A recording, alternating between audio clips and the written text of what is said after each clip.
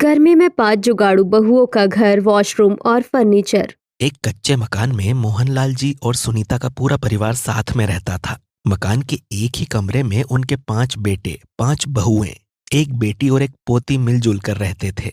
घर की हालत पैसों और सुविधाओं दोनों के ही मामले में बड़ी खस्ता थी। गर्मी के दिन शुरू हो गए थे और साथ ही शुरू हो गई थी इस परिवार की तकलीफें भी। दोपहर के समय सुनीता एक जर्जर चारपाई पर लेटी हुई थी। पंखा झल रही थी। नीचे जमीन पर उनकी 5 बहुएं लेटी हुई हैं। हाय, कितनी गर्मी है साधना। बेटी जरा खिड़की तो खोल दे। उमस और गर्मी से तो मुझे बड़ी घबराहट हो रही है। खोल तो दूं माँ जी, लेकिन जैसे खिड़की दरवाजा खोलो बाहर की गर्म हवा और धूप सीधे अंदर आ जाती है। इससे तो और गर्मी होने लगती है। ये टीन की छत भी तो मुझे आग टपका रही है। धूप में टीन बहुत गर्म हो जाता है माँ जी। छत भी तो काफी नीचे है, इससे कमरा ज्यादा गर्म हो जाता है। ये टीन की छत का अगर कुछ हो जाए तो कमरा कम गर्म होगा। अभी तो गर्मी की शुरुआत ही हुई है, आगे तो हमारी परेशानी और भी बढ़ जाएगी। हाँ, लेकिन हमारे पास इतने पैसे नहीं है कि हम इस छत में कुछ बदलाव कर सकें। हमें पूरी गर्मियाँ ऐसे ही गुजारनी पड़ेगी। लेकिन भाभी, माँ जी, पिताजी और खुशी इतनी गर्मी बर्दाश्त नहीं कर पाएंगे। उनकी तबीयत तो पहले ही खराब रहती है। हम ऐसा करते हैं कि छत पर चूने से पुताई कर देंगे, इससे जरूर फर्क पड़ेगा। चूने की पुताई में भी तो पैसे लगेंगे ना। हमारे पास राशन के ही पैसे कम पड़ते हैं, इसके लिए कहाँ से पैसे निकालेंगे? हम लोगों ने जैसे जुगाड़ करके सर्दियाँ गुजारी थी, वैसे ही गर्मी से बचने के लिए भी हमें जुगाड़ सोचने पड़ेंगे, वरना तो मुश्किल हो जाएगी। सही कह रही हो तुम, हमें कुछ तो जुगाड़ सोचने ही पड़ेंगे। अच्छा, अभी तो हम उठते हैं, बेचारे पिताजी बाहर गर्मी में बैठे हैं। साधना और बाकी बहुएं उठती हैं और बाहर बैठकर पंखा झलते अपने ससुर जी को अंदर बुला लेती हैं। तब तक शाम भी होने को आती है। अंदर तो और उमस हो रही है। ये गर्मी तो बड़ी ही खराब चीज है भाई, शरीर से पूरा पानी ही निचोड़ लेती है। बेटा, जरा एक गिलास पानी दे देना।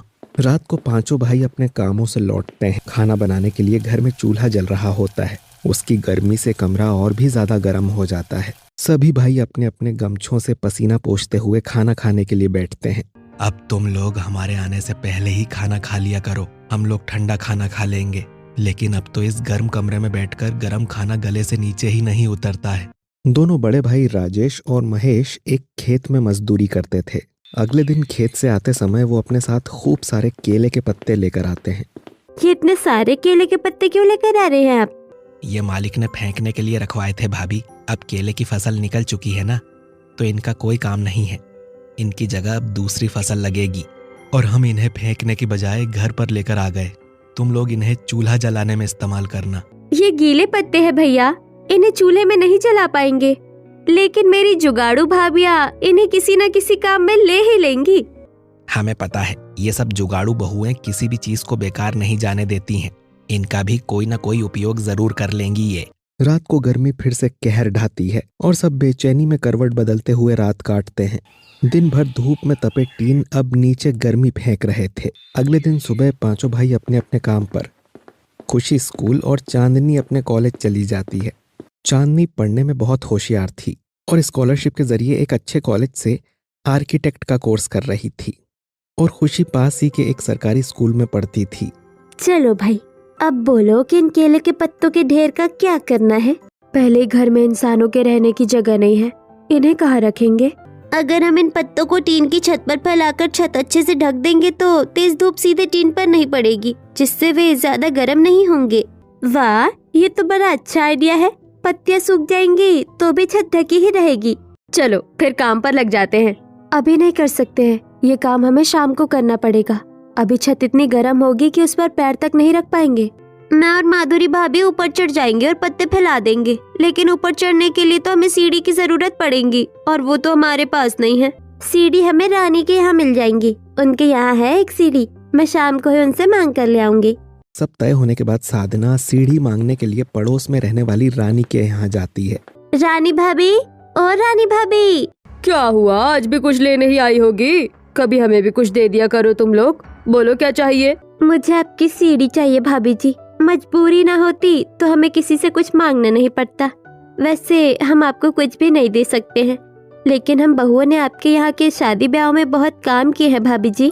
हाँ, ले जा, वो रखी है सामने। काम होते ही लौटा दूंगी भाभी। साधना सीढ़ी लेकर घर आती है और उसे घर की दीवार से टिका देती है।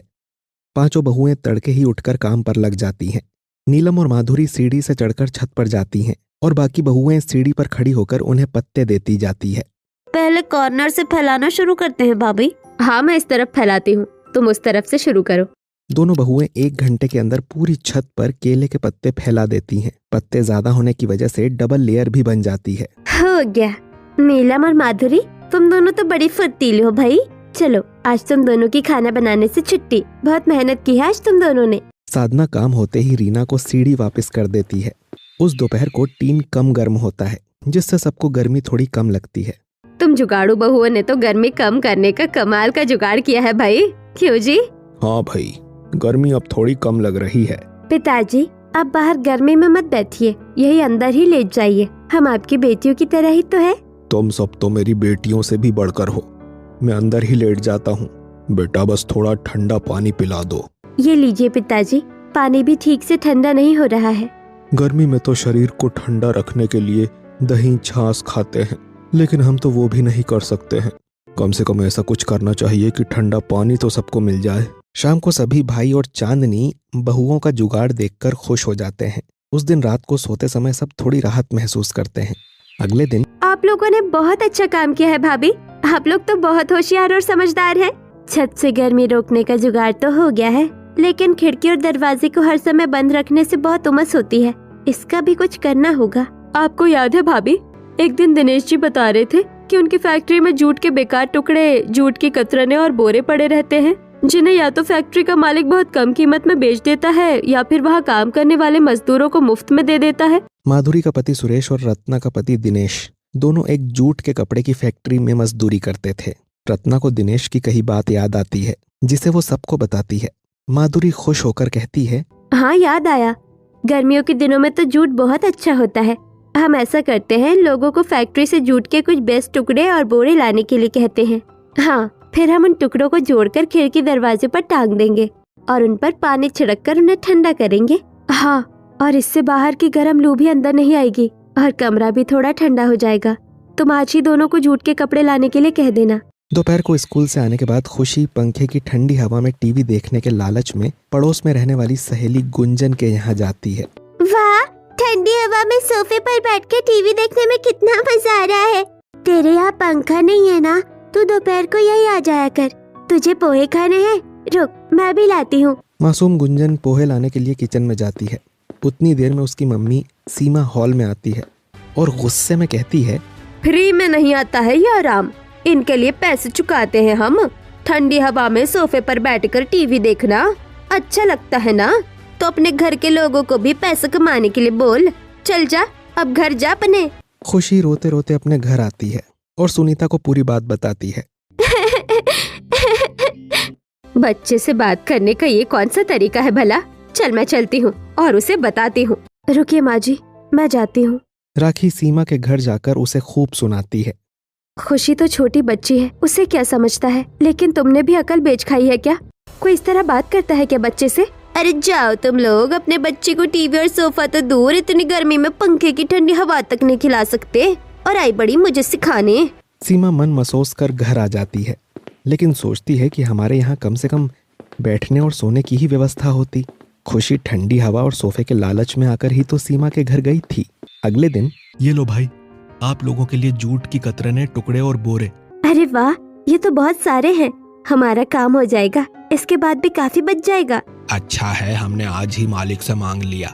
आज उनका मूड इतना अच्छा था कि उन्होंने हमें दिल खोल कर दे दिए। जूट के कपड़े के टुकड़े, बोरे और कतरने सुई धागे से जोड़ जोड़ कर बहुएं खिड़की और दरवाजे के हिसाब से पर्दे बना लेती हैं। चलो भाई, ये काम भी हो गया। अब इसे खिड़की और दरवाजे पर टांग देते हैं। इस पर पानी छिड़कने का काम मेरा। मैं एक टुकड़े को गीला करके पानी के घड़े पर लपेट देती हूँ, सबको ठंडा पानी भी मिल जाएगा। दरवाजे और खिड़की पर जूट के पर्दे टंग जाते हैं और नीलम उन पर पानी का छिड़काव कर देती है। इससे कमरे में काफी ठंडक हो जाती है। घड़े का पानी भी अब ठंडा हो जाता है। मैं घर के पास वाले कुम्हार की दुकान से कुछ टूटे फूटे गमले मटके लेकर आती हूँ, वो फ्री में दे देता है। उनमें पानी भरकर हम कमरे में चारों तरफ रख देंगे, फिर तो कमरा और भी ठंडा हो जाएगा। राखी टूटी फूटी मिट्टी की चीजों को लेकर आती है और उसमें पानी भरकर चारों तरफ रख देती है। अब कमरा काफी हद तक ठंडा हो जाता है। और सब रात को चैन से सोते हैं। लेकिन उसी रात को राजेश को कोई कीड़ा काट लेता है और उसका हाथ सूज जाता है। सुबह उठकर, राजेश, तुम्हारा हाथ तो बहुत सूज गया है। तुम्हें गर्मी के किसी कीड़े ने काट लिया है। तुम चिंता मत करो, मैं तुम्हें काली मिट्टी लगा देती हूँ। उससे ठंडक भी मिलेगी और सूजन भी कम हो जाएगी। मैं पीछे वाले मैदान से काली मिट्टी लेकर आती हूँ। साधना काली मिट्टी लेकर आती है और सरला उसका लेप बनाकर राजेश के हाथ पर लगाती है। कुछ ही देर में मिट्टी की ठंडक से राजेश को आराम मिलता है और सूजन भी कम हो जाती है। लेकिन ये सब देखकर खुशी बहुत डर जाती है। रात को सोते समय, मैं नीचे नहीं सोऊंगी, मुझे भी कीड़ा काट लेगा। तो फिर कहाँ सोओगी? हमारे पास एक ही तो खटिया है ना, और उस पर दादी सोती है। उन्हें नीचे सोने में तकलीफ होती है ना। खटिया भी तो कितनी जर्जर हो चुकी है, पता नहीं कितने दिन चलेगी। कल सीमा की बातों को सुनकर मुझे ऐसा लगा कि हमारे यहाँ भी बैठने सोने के लिए थोड़ी तो ढंग की व्यवस्था हो। मैं नहीं सोऊंगी नीचे, नहीं तो कीड़ा मुझे भी काट लेगा। खुशी, बुआ के पास सो जाओ, बुआ कीड़े को तुम्हारे पास भटकने नहीं देगी। नहीं, मुझे डर लगता है, मैं नीचे नहीं सोऊंगी। अच्छा, आजा मेरे पास यहाँ खटिया पर, हम दोनों ही दुबले पतले हैं, सो जाएंगे। बहुएं रोकती उससे पहले ही खुशी खटिया पर बैठ जाती है और खटिया चरमराकर टूट जाती है। साधना जल्दी से सुनीता और खुशी को पकड़ लेती है, जिससे वो चोट लगने से बच जाती है। खुशी, ऐसे कूद कर बैठते हैं क्या खटिया पर? देखो टूट गई ना, अब दादी कहाँ सोएंगी? उसे मत डांट बेटा, खटिया तो टूटने की ही कगार पर आ गई थी। मैंने सोचा कि खुशी सो जाएगी, फिर उसे नीचे सुला देंगे, लेकिन उससे पहले ही ये टूट गई। सुनीता जैसे तैसे बड़ी मुश्किल से नीचे सो तो जाती है, मगर रात भर उसे बहुत तकलीफ होती है। बहुओं को इस बात का बहुत दुख होता है। अगले दिन सुबह, पिताजी, मैं थोड़ा राशन लेकर आती हूँ। मेरे पैरों में दर्द नहीं होता तो मैं ही लेकर आ जाता। इतनी धूप और गर्मी में तुम्हें बाहर जाता देख मुझे बिल्कुल अच्छा नहीं लग रहा है। मैं तो अब किसी भी काम का नहीं रहा हूँ। ऐसा क्यों कहते हैं पिताजी? आप इस घर के बुजुर्ग हैं, हमारे लिए तो आप कितना बड़ा सहारा है। आप ऐसा मत सोचा कीजिए। साधना किराने की दुकान पर जाती है और उसकी नज़र पास ही में बने एक गाड़ियों के गैराज पर पड़ती है, जहाँ कार, बाइक, ट्रक आदि के पुराने और बेकार पड़े बड़े बड़े टायर पड़े हुए थे। भैया, इन पुराने टायरों का आप क्या करते हो? हम इन्हें बेच देते हैं या बहुत ज्यादा खराब टायरों को आग के हवाले कर देते हैं। आप क्यों पूछ रही हैं? वो मैं ये कह रही थी कि जो टायर बिल्कुल खराब हो गए हैं, क्या उन्हें आप मुझे दे सकते हैं? साधना मैकेनिक को सारी बात बताती है। मैं तो यहाँ नौकर हूँ दीदी, हमारे सेठ बहुत कंजूस हैं, तुम्हें फ्री में तो बिल्कुल नहीं देंगे। आपको इन टायरों की बहुत ज़रूरत है, आप रुकिए, मैं उनसे पूछकर बताता हूँ। मैकेनिक अपने मालिक को फ़ोन लगाता है और बात करने के बाद कहता है, मालिक ने टायर लेकर जाने के लिए हाँ कह दी है। मैंने उन्हें आपके बारे में बताया तो उन्होंने आधी कीमत में, यानी कि 50 रुपये एक टायर के हिसाब से देने के लिए कहा है। आप जितने चाहें उतने ले जाइए। मुझे ज्यादा नहीं, बस 4 ही चाहिए। मैं कल इसी समय आती हूँ भैया, पैसे लेकर। घर पर आकर साधना सबको पूरी बात बताती है। सब उसकी तरफ हैरानी से देखते हैं। हमें भला टायरों का क्या काम बहू? हम उन टायरों को जोड़कर अपना पलंग बनाएंगे माँ जी। हाँ, मैं समझ गई आप कैसा पलंग कह रही हैं। चलो फिर हम सब जाकर टायर लेकर आते हैं। हाँ, लेकिन हमें कम से कम 4 टायर तो लगेंगे ही, और वो मैकेनिक एक टायर के 50 रुपए मांग रहा है। उस हिसाब से तो हमें 200 रुपए की जरूरत होगी। भाभी, मेरे पास 200 रुपए है। हमारे कॉलेज में कंपटीशन हुई थी ना, मैंने उसमें जीते थे।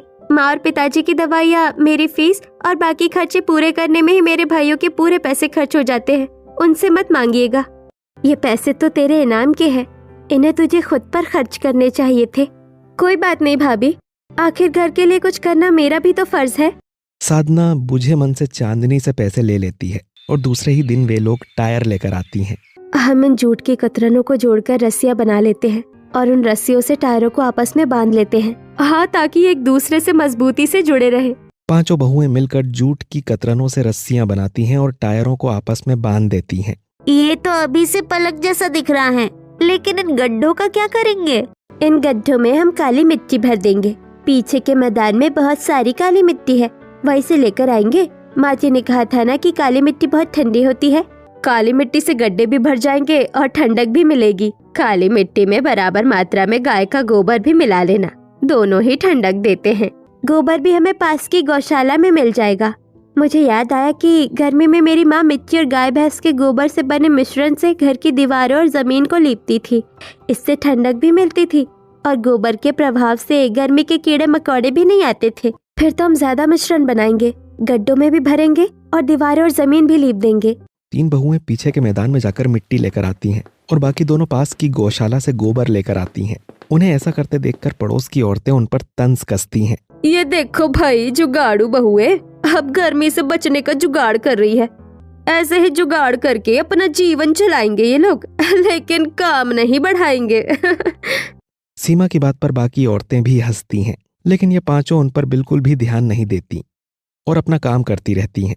घर के बाहर अब गोबर और मिट्टी का ढेर जमा हो जाता है। मैं इस बड़े से तगार में इन दोनों चीजों को मिलाती हूँ, तुम लोग डालती जाओ। ठीक है भाभी, मैं गोबर डालती हूँ, माधुरी तुम मिट्टी डालती जाओ। राखी अपने हाथों से उठाकर तगारी में गोबर डालती जाती है और माधुरी मिट्टी। साधना दोनों हाथों से मिट्टी और गोबर को अच्छे से मिलाती है। चलो अब हम पांचों मिलकर इस मिश्रण को अंदर लेकर जाते हैं और सभी गड्ढों में भर देते हैं, जोर लगाकर। हैया! अब वे धीरे धीरे पूरा मिश्रण टायरों के गड्ढों में भर देती हैं। अब हम इस मिश्रण को टायरों की ऊपरी सतह पर फैलाकर समतल कर लेते हैं। पांचों बहुएं टायरों पर मिट्टी की परत अच्छे से बिछाकर उसे सूखने के लिए छोड़ देती हैं। मैं इस बाकी के मिश्रण को दीवारों और जमीन पर लीप देती हूँ। मैं भी आपकी मदद करती हूँ भाभी। गर्मी के कारण 2 ही दिनों में सब सूख जाता है और सुनीता के लिए एक ठंडा ठंडा पलंग तैयार हो जाता है। अब हम इस पर जूट के कपड़ों को चादर की तरह जोड़कर बिछा देते हैं। इससे नीचे कड़क नहीं लगेगा। कुछ फटी पुरानी साड़ियाँ भी है, उन्हें भी बिछाएंगे तो गद्दा ही बन जाएगा। इस तरह टायर, मिट्टी, गोबर, पुरानी साड़ियाँ और जूट से पांचों जुगाड़ू बहुएं सुनीता का पलंग और बिस्तर तैयार कर देती हैं। इस पर तो बहुत अच्छा लग रहा है, ठंडा भी लग रहा है और पीठ दर्द से राहत भी मिल रही है। ये तो इतना बड़ा है कि मैं और खुशी दोनों आराम से सो सकते हैं। कमाल की जुगाड़ू बहुएं हैं मेरी। पिताजी, अब अगले महीने आपकी पलंग की बारी, हम आपके लिए भी ऐसा ही पलंग बनाएंगे। कुछ ही दिनों में चांदनी को एक कंपनी में सुपरवाइजर की जॉब मिल जाती है और सब बहुत खुश होते हैं। खुशी अब दादी के साथ टायर से बने जुगाड़ू पलंग पर सोने लगती है। अगले महीने 300 रुपए जुटाकर बहुएं 6 टायर लेकर आती हैं। उनसे एक और पलंग और बैठने के लिए 2 बड़े मुड्ढे बनाती हैं। इस तरह उनके छोटे से ठंडे कमरे का फर्नीचर बनकर तैयार हो जाता है। अब इस गर्मी में हमारे घर और फर्नीचर की समस्या तो हल हो गया। अब हमें वॉशरूम की समस्या का समाधान करना है। हाँ भाभी, वो तो बहुत जरूरी है। हमारे घर में वॉशरूम नहीं है, इसलिए हमें पास के तालाब में नहाने जाना पड़ता है। कल तो मोहल्ले के कुछ आवारा और छिछोरे लड़कों ने तो हद ही पार कर दी। मोबाइल से तालाब के पास नहाती हुई महिलाओं की वीडियो निकालने की कोशिश कर रहे थे। वो तो किसी ने देख लिया और सबको पकड़कर पुलिस के हवाले कर दिया। ये तो बहुत बुरी बात है और ये हमारे साथ भी हो सकता है। हम ऐसा कुछ जुगाड़ लगाते हैं कि घर के अंदर ही वॉशरूम बन जाए। पांचों बहुएं सुबह के 3 बजे तालाब में नहाने जाती हैं। वो कुछ सोचती उसके पहले ही उनकी पड़ोसन इस बात पर भी तंज कस देती है। इतना बड़ा कांड हो गया और इन्हें अभी भी बाहर ही नहाना है। पता नहीं कब समझ आएगी इन्हें। अब तो पांचों बहुएं इसके बारे में गंभीरता से सोचती हैं। खुशी वहीं पर बैठकर अपनी किताब पढ़ती है। दुनिया में प्लास्टिक का बहुत ज्यादा उपयोग हो रहा है, इसे रिसाइकल करने के उपाय ढूंढना चाहिए। क्यों ना हम प्लास्टिक से अपना वॉशरूम बनाएं। हम प्लास्टिक की बोतलों को आपस में जोड़ जोड़ कर दीवार जैसा बनाएंगे और उस पर जूट का कपड़ा बिछा देंगे। लेकिन नीचे जमीन तो मिट्टी की है, पानी से कीचड़ हो जाएगी। मेरे पति कब काम आएंगे? वो तो प्लास्टिक के सामान की फैक्ट्री में काम करते हैं। हमें नीचे बिछाने के लिए प्लास्टिक की वाटरप्रूफ शीट्स लगाकर दे सकते हैं। चलो फिर हम कल से ही आसपास से प्लास्टिक की बोतलें ढूंढ कर लाते हैं। अगले दिन साधना और माधुरी घर पर रुकती हैं और राखी, रत्ना और नीलम प्लास्टिक की बोतलों की तलाश में निकलती हैं। आसपास के कूड़े से लेकर तो बस स्टैंड और रेलवे स्टेशन सब दूर से वो ढेर सारी बोतलें जमा करके घर ले आती हैं। ये क्या, तुम तो पूरी फैक्ट्री ही उठा कर ले आई हो। सच में लोग प्लास्टिक का कितना ज्यादा इस्तेमाल करने लगे हैं। हम इसे रिसाइकिल करके अच्छा काम कर रहे हैं। अब आगे क्या करेंगे? अब हम मोमबत्ती से एक बोतल के नीचे की परत हल्की सी पिघलाकर उस पर तुरंत दूसरी बोतल का ढक्कन वाला हिस्सा लगा देंगे तो वो आपस में चिपक जाएंगे। इसी तरह एक के ऊपर एक बोतलें चिपकाकर दीवार जैसी बनाएंगे। हम ऐसी 4 बड़ी और चौड़ी दीवारें बनाएंगे और आपस में जोड़कर एक चौरस तैयार करेंगे। मैंने रुपेश जी को प्लास्टिक की बेस्ट शीट्स लाने के लिए कह दिया है, उन्हें हम नीचे बिछा देंगे। लो भाई, बन गया 5 जुगाड़ू बहुओं का जुगाड़ू वॉशरूम। रुपेश प्लास्टिक की शीट्स लेकर आता है जिन्हें वे नीचे बिछा देती हैं। पानी जाने के लिए वे चाकू से खोदकर एक छोटा सा लेकिन बहुत गहरा गड्ढा खोद देती हैं और प्लास्टिक की दीवार पर बाहर की तरफ जूट की चादरें अटका देती हैं जिससे पारदर्शिता खत्म हो जाती है। आप लोगों ने तो घर का हुलिया ही बदल दिया है। पहले कहा हमारा घर बिल्कुल बेरौनक और अव्यवस्थित लगता था, अब नया फर्नीचर, साफ स्वच्छ फर्श और दीवारें, पर्दे, वॉशरूम सब कितने अच्छे से सेट हो गया है। और बिना पंखे कूलर के ठंडा भी कितना हो गया है। हमारी तो सभी समस्याओं का हल हो गया है और घर भी स्वच्छ और सुंदर दिखाई दे रहा है। जीती रहो मेरी होशियार जुगाड़ू बहुओं, खूब खुश रहो। एक खुशखबरी मेरे पास भी है। हमारी कंपनी में बहुत क्रिएटिव और मेहनती लोग काम करते हैं। मैंने वहाँ अपनी भाभीियों के बारे में बताया तो उन्होंने उन्हें भी जॉब दे दी है और मेरे प्यारे भाई भी अब मजदूरी नहीं बल्कि अच्छी जगह काम करेंगे। उनकी भी बात कर ली है मैंने। इस तरह पांचों बहुएं और बेटे खूब मेहनत करते हैं और तरक्की भी करते हैं। धीरे धीरे उनके दिन बदल जाते हैं और वे सब खुशी से रहने लगते हैं।